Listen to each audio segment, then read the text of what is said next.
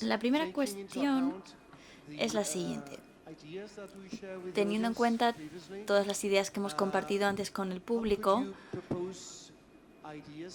¿qué ideas podemos proponer en favor de la lectura a la hora de hablar con los políticos? O una narrativa que abogue por la lectura. Por ejemplo, Naomi, comienza tú. Bueno, yo quiero hablar de esto de una forma muy pragmática. A lo mejor es porque soy estadounidense y esto lo llevamos incorporado. A los encargados de hacer política les aconsejaría que fuesen muy prácticos. Aquí mis compañeros hemos hablado todos de que la lectura mejora tu salud. Y eso es en lo que se tienen que centrar los políticos, en promocionar esto de esta manera. Si pensamos cómo hacer que los servicios de salud sean más baratos, sobre todo para la gente que no tiene un seguro de salud, es hacer una cosa preventiva, es decir, que la gente ya desde un primer momento sea más saludable. Y sabemos que la lectura reduce la tensión arterial. El segundo argumento que les daría sería uno de carácter económico, que si lee más personas, y no digo post redes sociales, eso mejora las perspectivas de encontrar un trabajo mejor y al final eso contribuye de forma positiva al desarrollo económico y contribuye al desarrollo de la economía social. Así que esos serían principalmente los dos argumentos que yo les daría a los políticos. Christoph, bueno, pues yo diría un poco lo mismo que ella. Cuando hablamos con políticos o encargados de hacer políticas, les diría que estas dos razones son fundamentales. Es lo que se hizo con el programa Bolonia fue una apuesta fuerte por adaptarse a la economía, por adaptarse a esos índices de desempleo que subían. Y aquí lo mismo. Yo creo que el fomento de la lectura forma a la gente, lo cual al final repercute en que la economía va a ser mejor, que las personas van a ser más productivas, que van a acceder a mejores trabajos. Y también si las personas son más felices y están más saludables, son más útiles a nuestra economía. Profesor Gerka. Sí, gracias. Estoy de acuerdo con lo que se ha dicho. También la cuestión aquí es cómo se presenta todo esto. Cómo se presenta de una manera fácil. Por eso yo mencioné el índice de felicidad.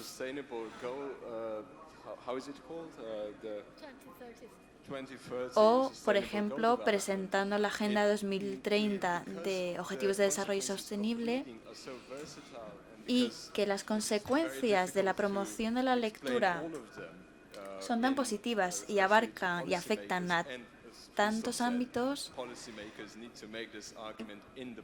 que creo que es fácil de digerir esto para los encargados de hacer políticas. Es decir,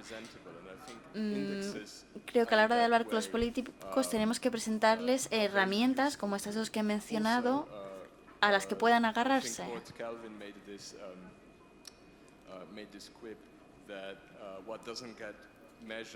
Y porque al final lo que no se mide no se puede gestionar. Hay que hacer de todas estas narrativas y todo este conocimiento científico algo comunicable. Flavia. Tienes... Aquí el micrófono, vale. Bueno, yo no quiero complicar las cosas, perdonadme, pero hay veces que es más importante por qué vamos y no exactamente el qué decir.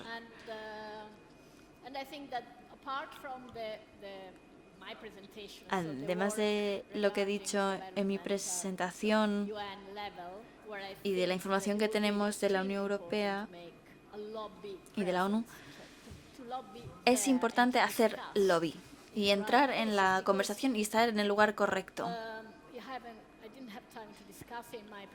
De esto no hablé en mi presentación, pero por supuesto que una de las razones por las que los libros no están tan presentes en esta Agenda 2030 es por la historia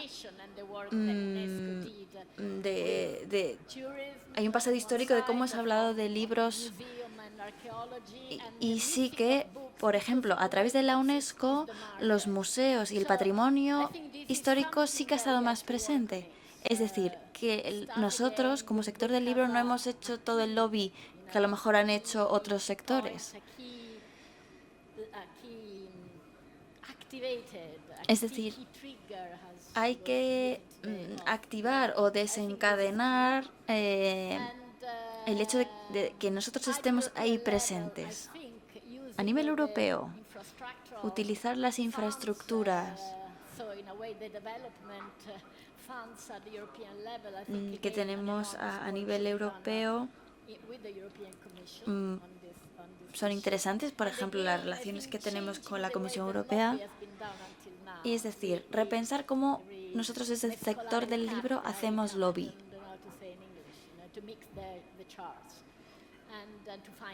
Y intentar colarnos ahí, establecer nuevas alianzas, nuevas estrategias.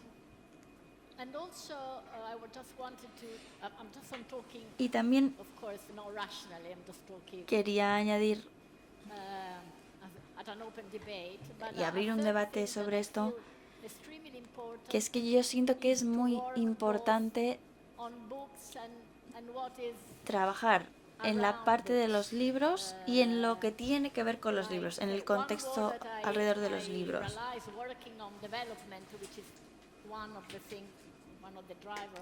Al final, como digo, los libros y la cultura son un impulsor del desarrollo local,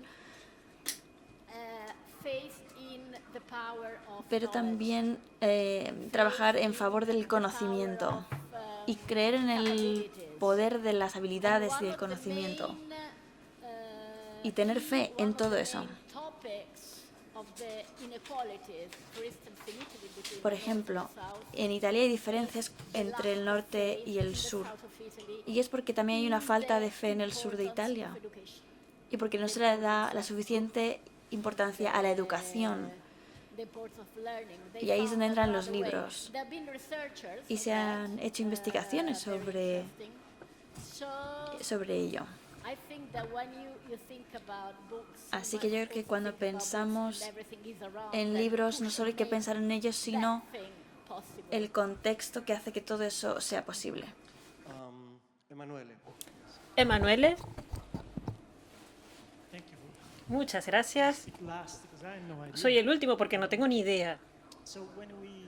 Bien, pues cuando publicamos los hallazgos en 2013 de nuestro artículo, David y yo mismo estábamos en Nueva York, ambos, y en todo el país se nos invitaba a dar discursos sobre esta investigación.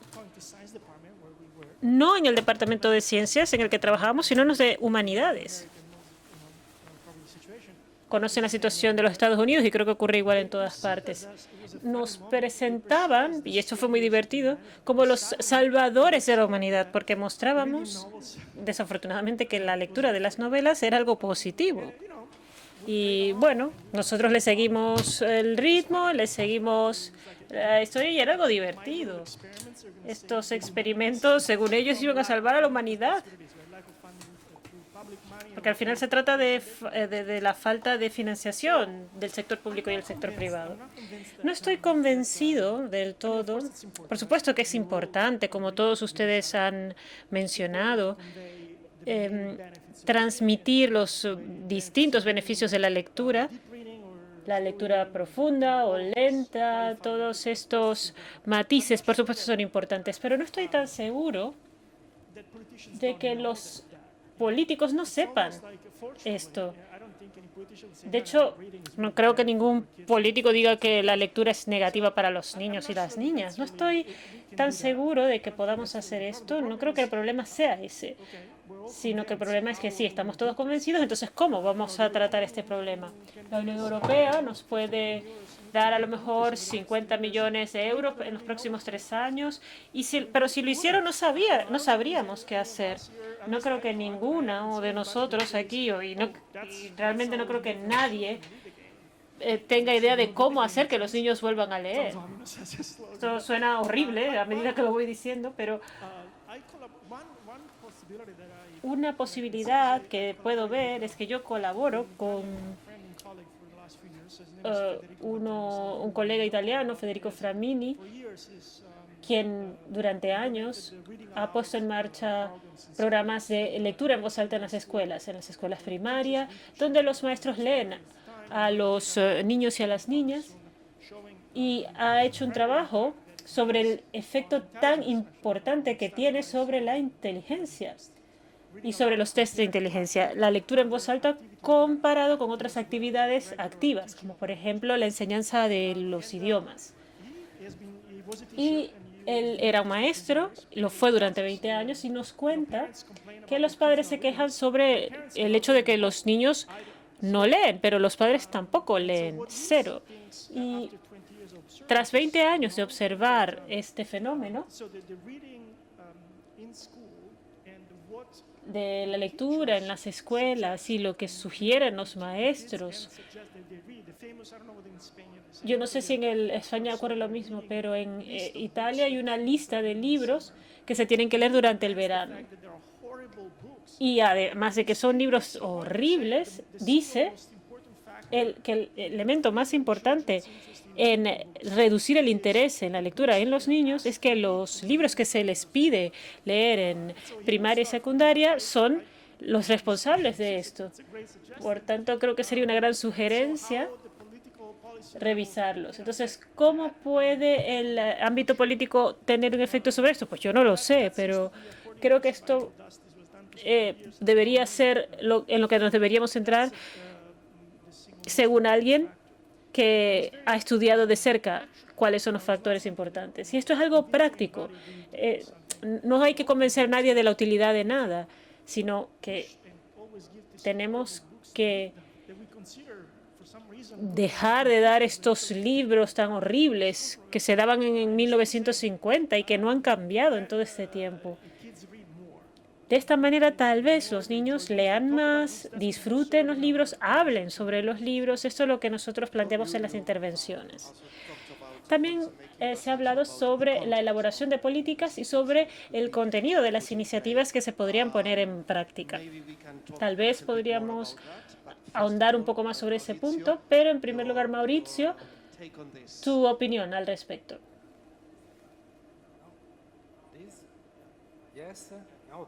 Sí, esto funciona así. En primer lugar, creo que hay dos preguntas preliminares. ¿Cuánto tiempo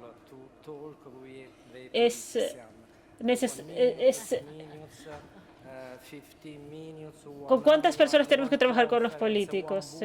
¿O cuánto tiempo disponemos para hablar con ellos? Creo que esto es un aspecto clave. Y luego tendría otra segunda preliminar, que es el perfil del político en cuestión. Creo que es importante entender que si el político está relacionado con la tradición humanista o si está relacionado con la tradición posthumanista, como por ejemplo, creo que se ha como el político al que me referí.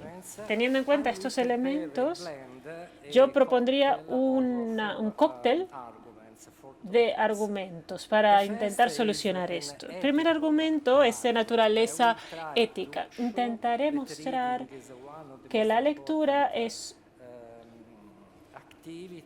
una de las actividades más importantes, de las herramientas más fundamentales para que las personas puedan crecer y puedan desarrollar sus personalidades.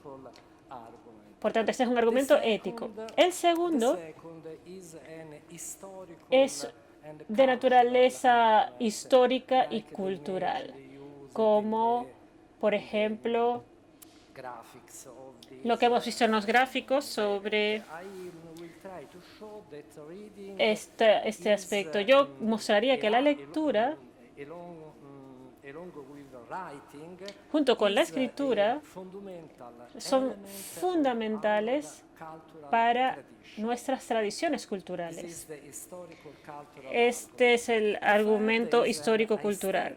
El tercero es de naturaleza estética. Y me gustaría mostrarle que la lectura, no, perdón, me gustaría presentar la lectura como una actividad creativa y generadora de ideas y que permite entender mundos alternativos en distintos niveles sociales, culturales. Hay un cuarto argumento social donde mostraría las historias sobre las que la lectura se alimenta como elemento fundamental para lograr la cohesión en la sociedad. Entonces, un cóctel, una mezcla. Bien, hay un nuevo desafío sobre los políticos o sobre los legisladores, si me lo permites. Flavia ha tenido experiencia en el ámbito político. Entonces, creo que es interesante escuchar su opinión al respecto. A menudo pienso que entre quienes trabajamos con la promoción de la lectura y quienes tenemos contacto con los políticos, pensamos que nuestra mentalidad o nuestra forma de ver las cosas es compartida con ellos. Entonces, imaginemos, no digan el nombre del político, que estamos hablando o que tenemos un almuerzo, una comida con un político que tiene la posibilidad de invertir, cambiar el presupuesto y decidir las prioridades en materia de elaboración de políticas.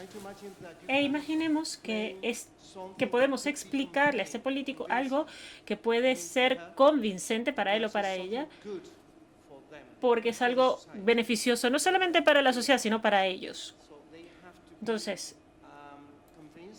se les tiene que convencer de que la propuesta es útil porque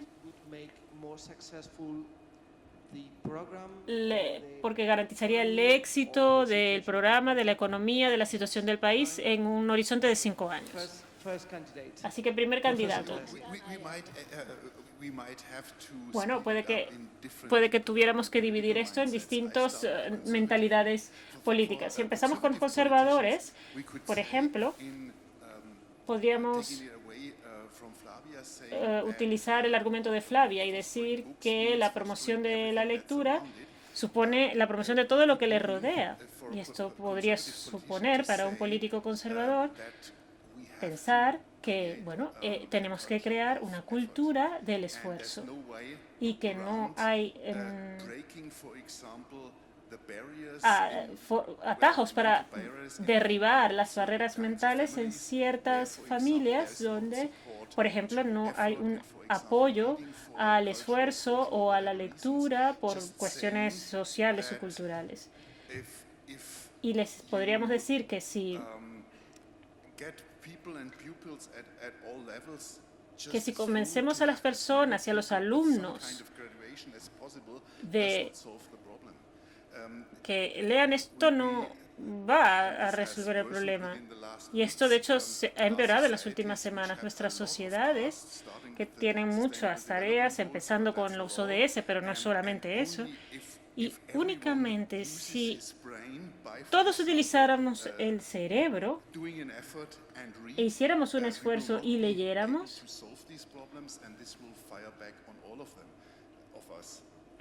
si no hacemos esto no podremos resolver los problemas y de hecho vamos a crear incluso más dificultades para aquellos que ya están en una situación vulnerable.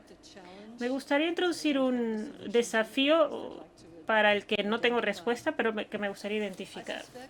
Sospecho que para la mayoría de los políticos y legisladores designados por los políticos, el desafío de la lectura no está entre sus prioridades. Y quiero volver a este concepto de la lectura como un elemento invisible.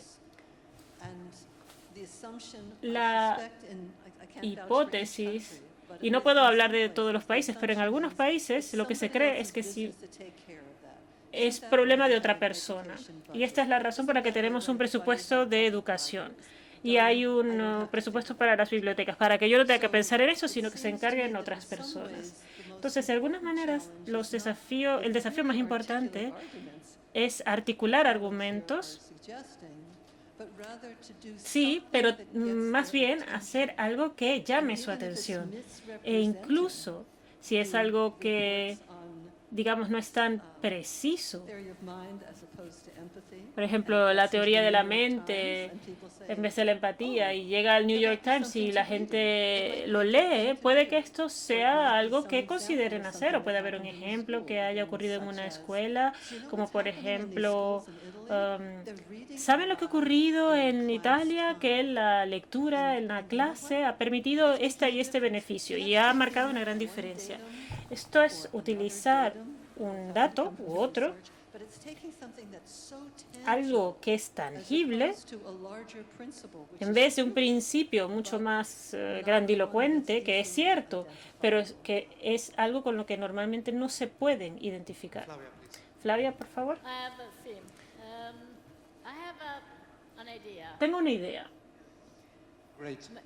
Fantástico. Tal vez una idea un poco absurda, porque una de las narrativas de estos tiempos en los que vivimos es el peligro de la transformación digital. Es algo sobre lo que leemos una y otra vez, las noticias falsas, los riesgos de la desinformación. Entonces tenemos todas estas amenazas y advertimos constantemente a la juventud sobre lo que está ocurriendo. Entonces, ¿por qué no podemos cambiar completamente el paradigma? Los expertos muchas veces decimos que tenemos que cambiar la narrativa, pero también tenemos que pensar en qué podemos hacer con la IA. ¿Podemos cambiar la inteligencia artificial para sacar lo mejor de ella? Porque hay mucho en ella. ¿O por qué no utilizamos los libros para esto? ¿Por qué no decimos? ¿Por qué no lo vemos como una receta muy sencilla? ¿Por qué nos obsesionamos por desarrollar detectores de la falsedad de las noticias y esto y aquello? No, leamos. Porque la complejidad y el conocimiento de las palabras nos dan todas las herramientas para detectar esas noticias falsas o cómo gestionar la tecnología de una forma diferente. Entonces, si leemos libros, podremos abordar la tecnología de una manera más positiva y más interesante. ¿Ves? No está mal. ¿Más ideas?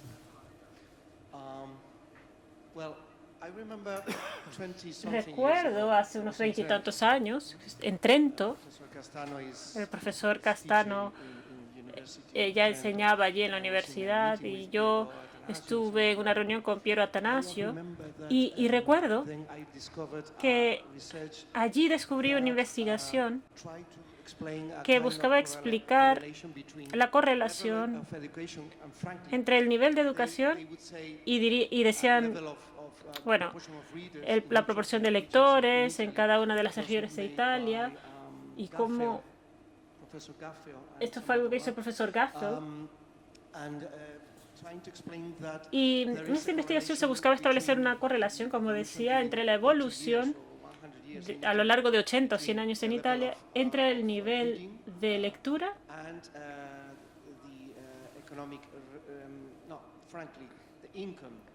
y el ingreso, o sea, la renta de las familias en las distintas regiones que conforman Italia. Y como las familias donde había lectores tenían más ingresos. Esto, aunque de forma muy simplista, busca explicar, sería una buena forma de explicar más bien a los políticos, porque la ministra de Cultura me decía cuando dejó su cargo, me decía, Luis, tú eres el único que no me creó problemas, no me dio problemas. ¿Por qué? Porque la promoción de la lectura es un problema para un político y no creo. Entonces, ¿qué pensamos de estas correlaciones simplistas? Yaka, que tú también has mencionado la correlación entre la lectura y otro tipo de valores para los políticos. ¿Qué tipos de valores? Valores económicos, valores que tengan que ver con la creatividad, que fomenten el respeto entre las personas, es decir, la conducta social, el bienestar, un menor gasto, una menor presión sobre el sistema de salud, este tipo de valores. Sí, bueno, la cuestión es que cuando hablamos de estos conceptos abstractos, es muy interesante, pero como dijo Naomi, todos estos valores puede que sean excesivamente abstractos para los políticos actuales. Valores como la democracia no significan mucho en la política actual. Más bien los beneficios económicos. Estos sí que serían considerados unos valores.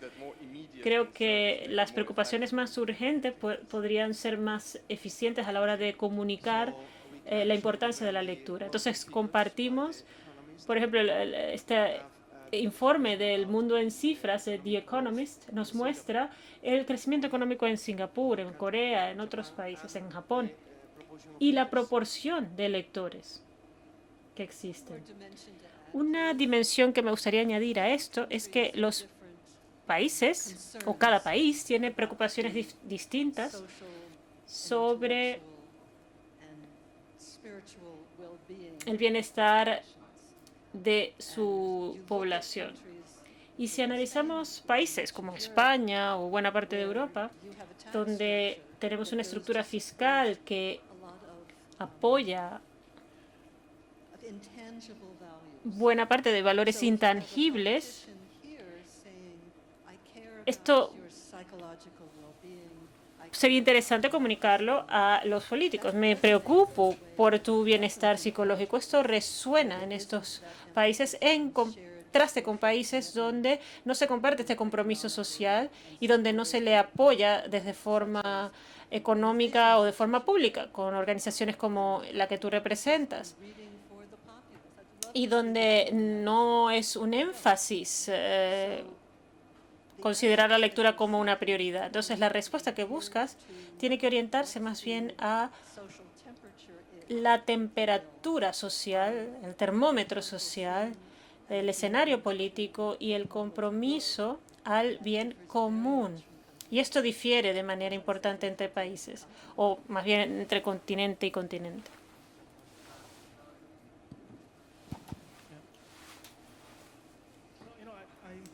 Emanuele. Bueno, yo soy profesor en Trento y enseño un curso que se llama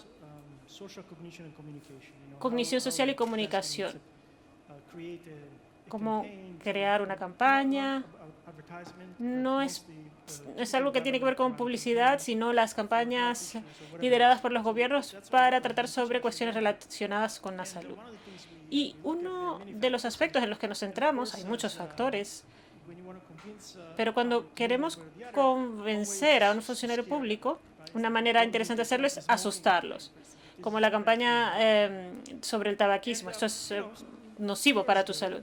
El miedo es bueno, motiva a las personas, Pero el factor crítico, las investigaciones nos lo muestran, es que es mejor ir hacia los políticos y decirle, mira, nuestra economía se va a hundir a menos que intervengamos. Y para ello la destreza de la lectura es fundamental. Y para hacer esto, es decir, asustarlos, los políticos, para asustar a los políticos, todos conocemos las técnicas de persuasión, pero esto no es suficiente. Si no les damos una guía, una hoja de ruta, una solución, el asustar a las personas nos va a resultar en algo negativo, porque no sabrán cómo reaccionar. Esto es un poco repetitivo, pero, y por supuesto no quiero señalar a nadie, pero si estuviéramos plenamente convencidos, y también hay otros factores, como la correlación que se habló antes.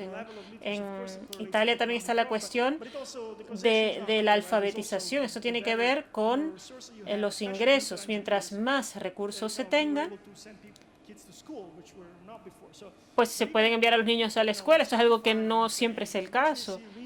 La lectura, la alfabetización y en un nivel más profundo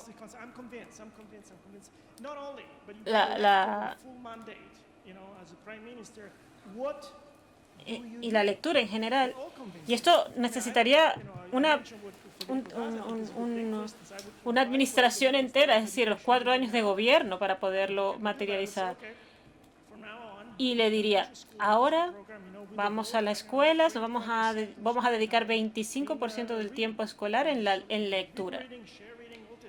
Lectura compartida, lectura en voz alta. Esto es lo que yo haría y diría, ¿ves? Esto sabemos que tiene un efecto positivo, la investigación nos lo demuestra y además el mejor indicador de esto es que vamos a crear lectores habituales.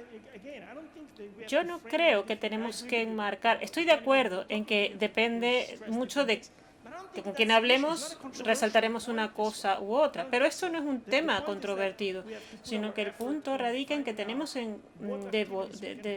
dedicar nuestros esfuerzos a ver qué actividades podemos promover en las escuelas, en el ámbito colectivo e individual, para animar a las personas a convertirse en lectores. Y tenemos un par de ideas que ya he mencionado. Yo creo que esto es útil porque si tenemos a estos lectores les decimos, no solamente te ha asustado, sino que te he dado una solución. Esto es psicología básica.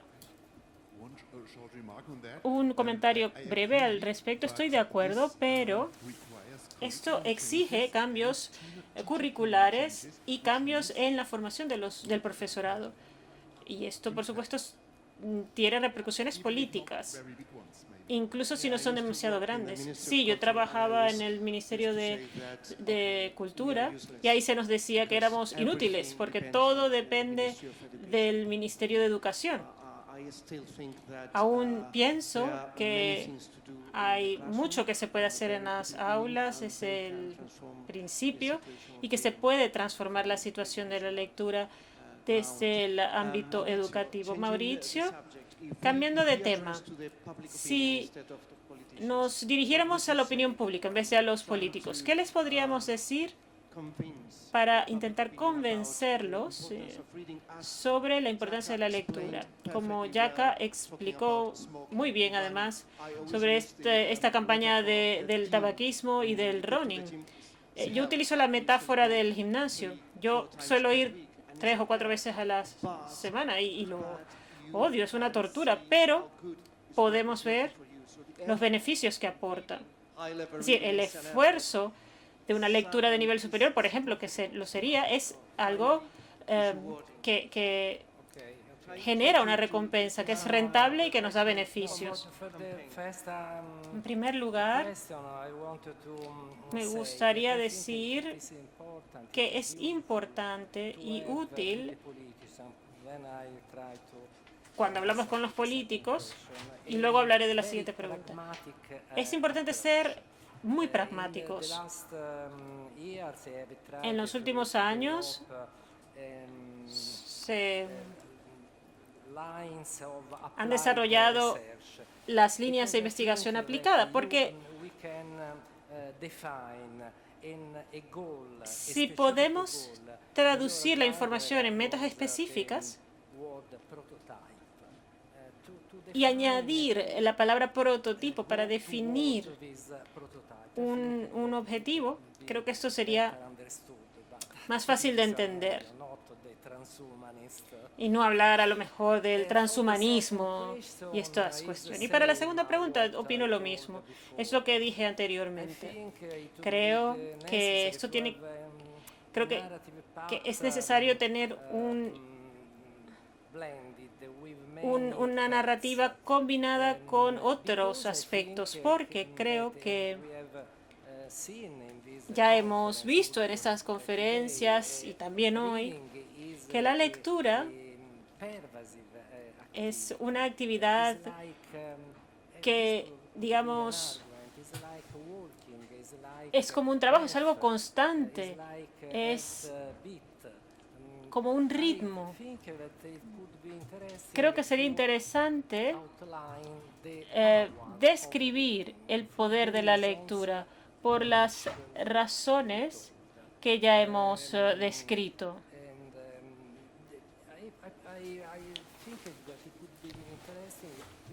Pienso que debe ser interesante poner de manifiesto el poder de la lectura en el corazón de las estrategias de comunicación y no solamente la promoción y la incidencia. Creo que esto no sería suficiente. Hace unos años se intentó desarrollar una estrategia modesta en Turín, en el Salón del Libro, pero las premisas eran las mismas. Creo que todos sabemos que el Salón del Libro de Turín es como la Feria del Libro de Madrid, no hay muchísimos libros, pero nuestro objetivo era promocionar el papel de las bibliotecas relacionadas a la lectura. Y desarrollamos un proyecto al que le dimos un nombre muy sencillo. En Italia, la biblioteca en el Salón del Libro es un nombre muy sencillo y daba o generaba un modelo de organización innovador. Esto es algo que mencioné anteriormente. Y organizamos el contenido de los libros con gráficos muy llamativos y generó interés esta actividad. Y por ello pienso que en el centro de todo deberíamos intentar definir un elemento sólido que sea metafórico y simbólico y que sea cultural también. Este es un activador interesante desde el punto de vista del marketing para un poco finalizar el enfoque del profesor Vivarelli. ¿Cuál sería su propuesta para la opinión pública? En una palabra, en una oración, en una declaración, muy brevemente, para intentar convencer a las personas de que la lectura es algo positivo para cada uno de ellos y de ellas. Un ejemplo muy sencillo sobre lo que yo denominaría, o lo que todos denominamos narrativa o historias. Si yo quiero que las personas se animen a pensar sobre por qué leer es importante, les contaría la historia de Frederick Douglass, un esclavo en los Estados Unidos que pudo aprender a leer. Y en su autobiografía, en un par de párrafos, explica cómo el aprender a leer le cambió la vida y le convirtió en esta figura de poder en la que finalmente se convirtió, esta figura de poder. Esta historia llega al corazón y nos hace ver que hemos estado esclavizados si no tenemos acceso a esta herramienta tan poderosa como la lectura. Ahí empezaría yo.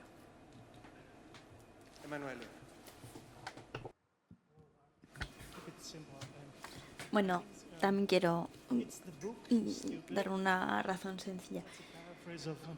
Eh,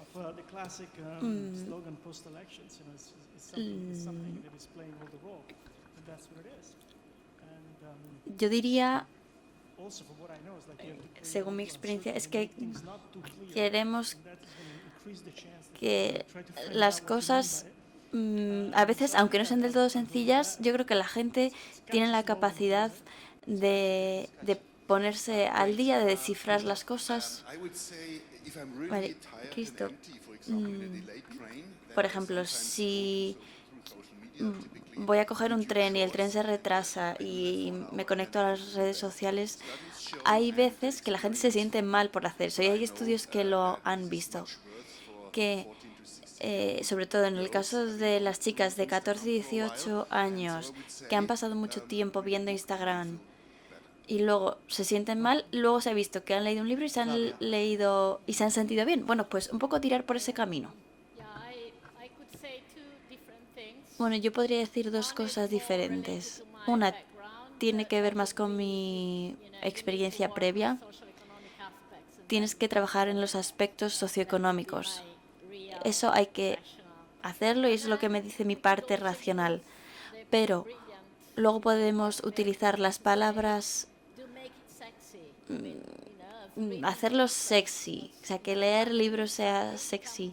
Es igual que correr, que en algún momento se convirtió en algo sexy y atrayente. Si lo haces eres guay, te viene bien para ponerte en forma. Es decir, que correr se percibe como algo guay. Pues lo mismo con la lectura. Sí, totalmente. A mí lo que se me vino a la mente al ver ese ejemplo es hacer ese paralelismo.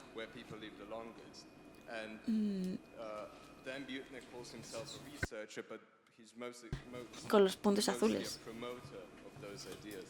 que son puntos en los que se promocionan esas ideas que se, por ejemplo, recomendaba comer judías en vez de comer hamburguesas.